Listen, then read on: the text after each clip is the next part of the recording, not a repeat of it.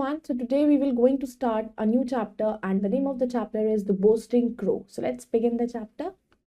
Chapter 4, The Boasting Crow. Value Talk. Modesty is a virtue that teaches us that we do not pretend to know what we do not know. We listen to the elder and the younger with equal attention and try to learn from others by giving equal importance to all. Therefore, a humble person is loved by everyone. A polite person does not try to show their intelligence until asked to do so. So modesty is a virtue. वो हमें सिखाती है कि we do not pretend to know what we do. जिस चीज़ के बारे में हम नहीं जानते तो हमें उस चीज़ के बारे में बिना जाने उसको नहीं बोलना चाहिए. हमें अपने बड़ों की बात को मानना चाहिए, सुनना चाहिए और इवन जो हमसे छोटे हैं उनको भी इक्वल अटेंशन देनी चाहिए और दूसरों से हमें सीखना चाहिए, सबको इम्पोर्टेंस देनी चाहिए. तो एक हम्बल पर्सन को सब पसंद करते हैं. एक पोलाइट पर्सन जो होता है वो डज नॉट ट्राई टू, वो अपनी इंटेलिजेंस को कभी इतना शो नहीं करता. A lonely crow watched a group of swans on a beach. अब एक लोनली क्रो था जो अकेला रहता था, वो एक ग्रुप ऑफ स्वैन्स को देखता था बीच में. He hopped up to them and said you don't have grace. तो वो कूद कर गया, उनके पास गया कि you don't have grace, you just flap your wings and do nothing else. तुम बस अपने विंग्स को हिलाते रहते हो, फटफड़ाते रहते हो और कुछ भी नहीं करते.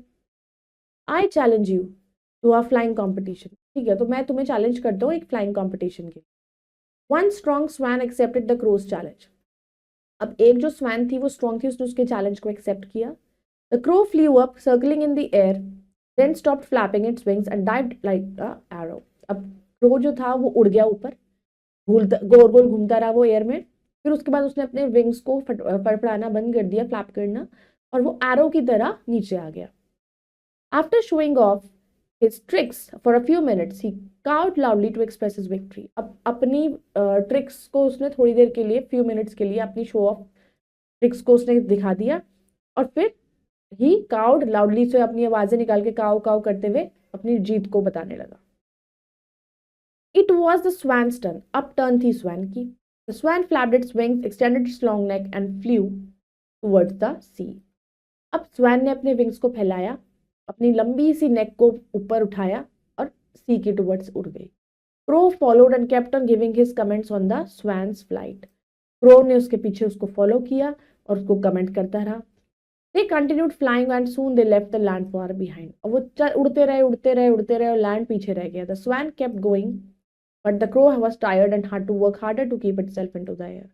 स्वैन तो उड़ती रही लेकिन क्रो थक गया क्योंकि और उसको मेहनत करनी पड़ी थी उड़ने के लिए. The swan looked down at the crow and asked, "Why do you keep touching the water? Is it a new style of flying?" उसने उससे कहा कि तुम बार बार नीचे पानी को क्यों टच कर रहे हो, क्या ये नया तरीका है क्या उड़ने का? The crow could hardly speak. अब क्रो कुछ बोल नहीं सकता था. Please save me. I'm sorry. If you don't save me, I'll drown. उसने कहा प्लीज मुझे बचा लो, अगर तुम नहीं बचाओगी तो मैं डूब जाऊंगा.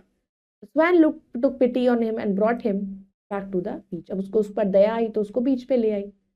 This story tells us that we should never boast of our talents. इसलिए अपने, अगर आपके अंदर कोई टैलेंट है तो उसकी हमें ज्यादा तारीफ नहीं करनी चाहिए. Remember, if God has given us a special talent, He has given some quality to others too. उसने कहा अगर आपको कोई टैलेंट गॉड ने दिया है तो इसका मतलब दूसरे के को भी तो कोई टैलेंट दिया होगा ना, दूसरे बंदे के पास भी कुछ ऐसी क्वालिटी होगी.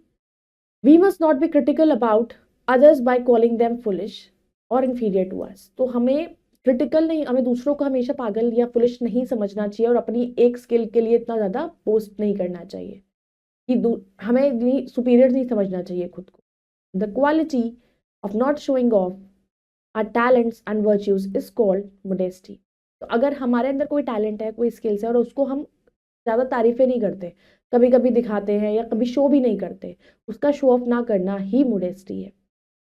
It is the modesty that helps us gain and learn a lot. और मोडेस्टी ही है जो हमें सीखने का मदद करती है, क्योंकि हम अपनी स्किल्स को उस सही जगह पर लगा पाते हैं, तब हम लोगों को हम दिख जाता है कि हाँ they can do it. So the moral of the story is your behavior should always be of high quality. If you have any merit, then no one should be looked down upon because of it. तो तुम्हारा जो behaviour है, it should not be always be of high quality का होना चाहिए. अगर तुम्हारे कोई फायदा है, तुम्हारा कोई प्लस पॉइंट है, कोई टैलेंट है, then one should be looked down upon because of it. Now let's do the exercise.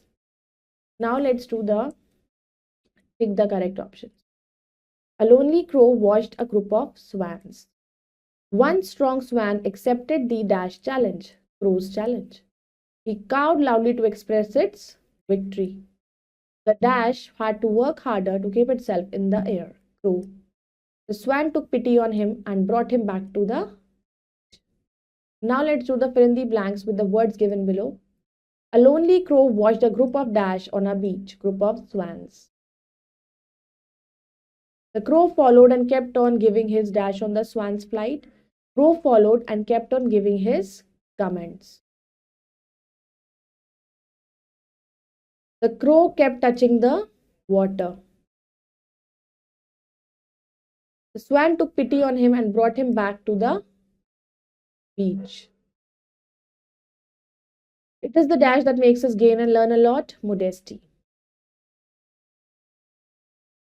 Now let's do the match the following. Crow, cow, parrots, chirp. Then comes swans, they cry.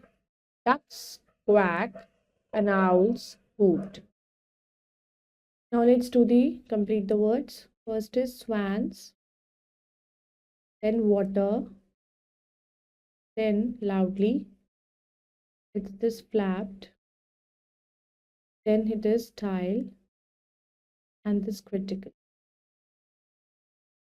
So I hope you all have understood this chapter. You all can go through it once again and do the rest exercises yourself. We will meet in the next video with the next chapter. Till then, bye bye. Take care. Thank you.